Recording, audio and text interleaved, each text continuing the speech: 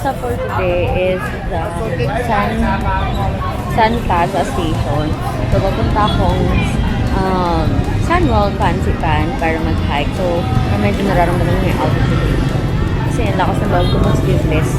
Pero, nagdala ko ng jacket. Just making sure kasi mukhang malamig. Or mas malamig siya sa bago. Kasi yan, let's go there. So, salamat sa mga nag-o-offer. Nag-picturean ako kasi nakaatang hirap na. So, let's get it on.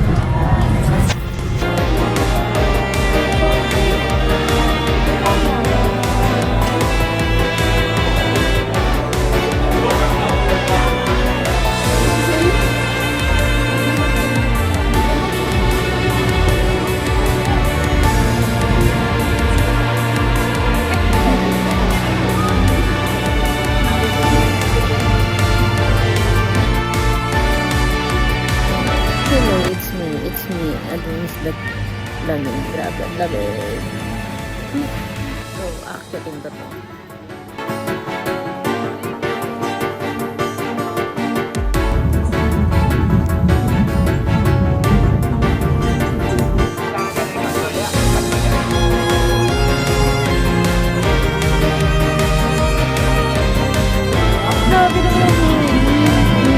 Oh my God.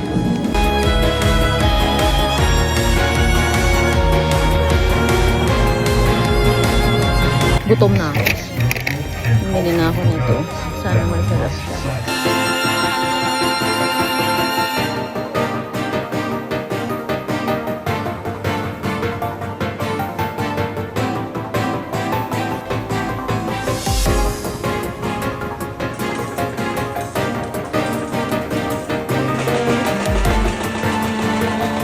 Good luck to me. Pinasok.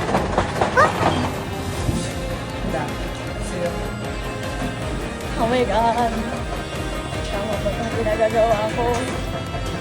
Ah!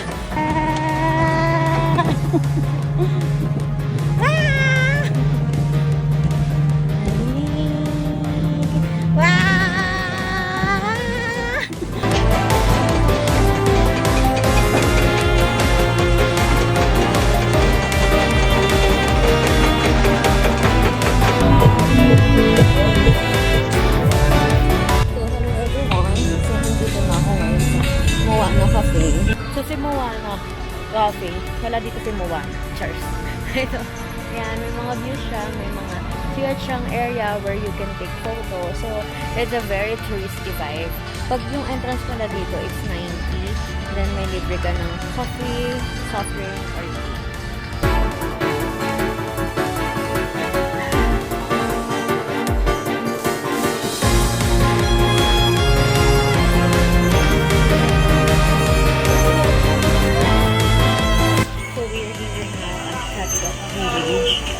So, ang bait ng mamit ko kasi wala na yung enough.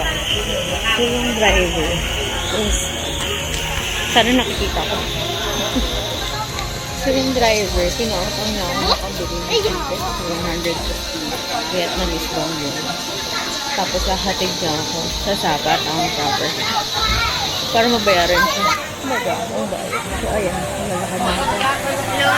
That's the 3 days at ang review.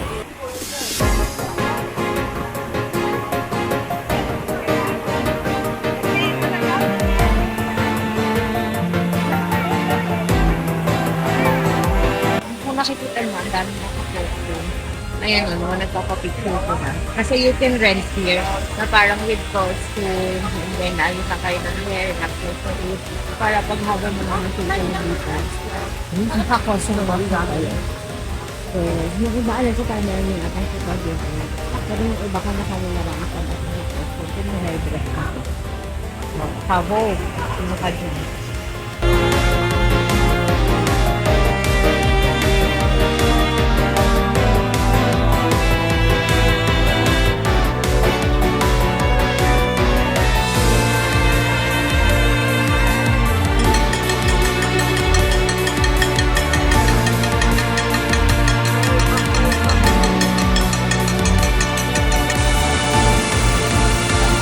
see the fog here in Sapa CapCut Village.